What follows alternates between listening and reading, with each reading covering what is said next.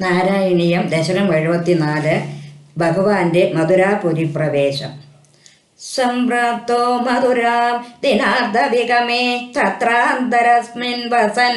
ആരാമേ വിഹിതാശന സഹിജനൈഃ യാതാ പുരീമീഷിതും പ്രാപ്തോ രാജപദം ചിരശ്രുതിധൃത വ്യാലോക കൗതൂഹല ശ്രീംഭും സോദ്യതഗണ്യ പുണ്യനികലൈഃ ആകൃഷ്യമാണോനു Kim ത്വത്പാദദ്യുതിവസരാഗസുഭഃ ത്വന്മൂർത്തിവദ്യോഷിതഃ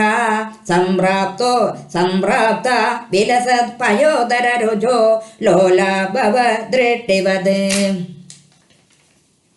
ഹാരണ്യത്തദുരതലവതീതേ മന്ദസ്മിത പ്രൗഢിവത് നൈർമല്യോല്ലസിത കജൗകരുജിവത് രാജാത്കലാഭാശ്രിതാഃ താസാമാ കലയന്ന പാങ്കവലനെ മോദം പ്രകർഷാദ്ഭുത വ്യാലോലേഷു ജനേഷു തത്ര രജകം കഞ്ചിത് പടിം പ്രാർത്ഥയൻ കസ്തേ ദാസതി രാജകീയവസനം യാഗീതി തേനോദിതഃ സദ്യസ്തസ്യ കരേണ ശീർഷം മഹ്യദാഃ so അപ്യാപ്യ പുണ്യാം ഗതിം ഭൂയോ വായകമേഘമായതമതിം തോഷേണ വേഷോജിതം ദാശ്വാസം സ്വപദം നിനേദ സുഹൃദം കോ വേദ ജീവാത്മനാം മാലാഭിഃ സ്തംഭൈഃ തവൈരൈവൈ പുനർ മാലാകൃതമാനിതോ ഭക്തിം തേന വൃഥാ ദിദേശിത പരാം ലക്ഷ്മീപദേ കുബ്ജാം അംബുജവിലോചനാം പതി പുനർദൃഷ്ടാംഗരാഗേ ത്വയാ ദത്തേ സാധു കിലാഗരാഗമദദാ തസ്യാമകാന്തം ഹൃദി ചിത്തസ്താ പ്രചുദാമദ പ്രദയിതം ഗാത്രേ അഭി തസ്യാസ്ഫുടം ഗൃഹ്ണൻ മഞ്ജുകരേണ താമുദനയഃ താവൽ ജഗൽ സുന്ദരിം താവൻ നിശ്ചിത വൈഭവ തവ വിഭോ നാത്യന്ത ഭാവജനാഃ യത് കിഞ്ചിത് ദദതേ സ്മ ശക്ത്യനുഗുണം താംബൂല മാല്യാദികം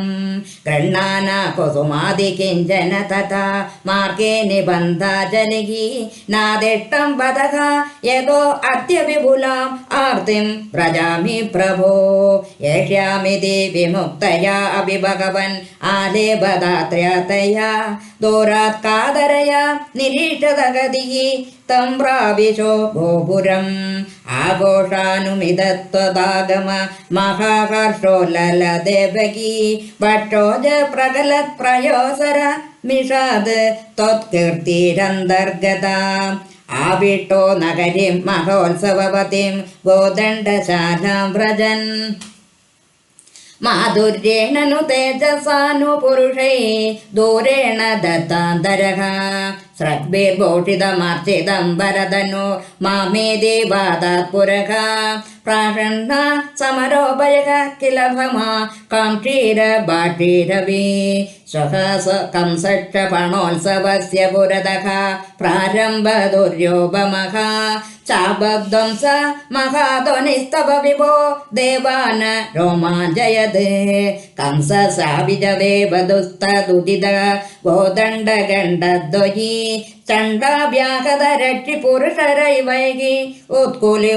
ഉത്കുലിതോ അഭൂതയാ ശിഷ്ടൈർദുഷ്ടജനൈശ്ച ദൃഷ്ടമഹിമാ പ്രീത്യാ ച ഭീത്യാ തതഃ സംപശ്യൻ പുരസമ്പദം പ്രവിചരൻ സായം ഗതോ ബാഡികാം ശ്രീധാംന സഹരാധികാ വിരഗജം ഗേദൻ വദൻ പ്രസുബ്ബൻ ആനന്ദൻ അവതാര കാര്യഘടനാത് വാദേശ സംരക്ഷമാം സർവത്ര ഗോവിന്ദനാമ സങ്കീർത്തനം ഗോവിന്ദ ഗോവിന്ദ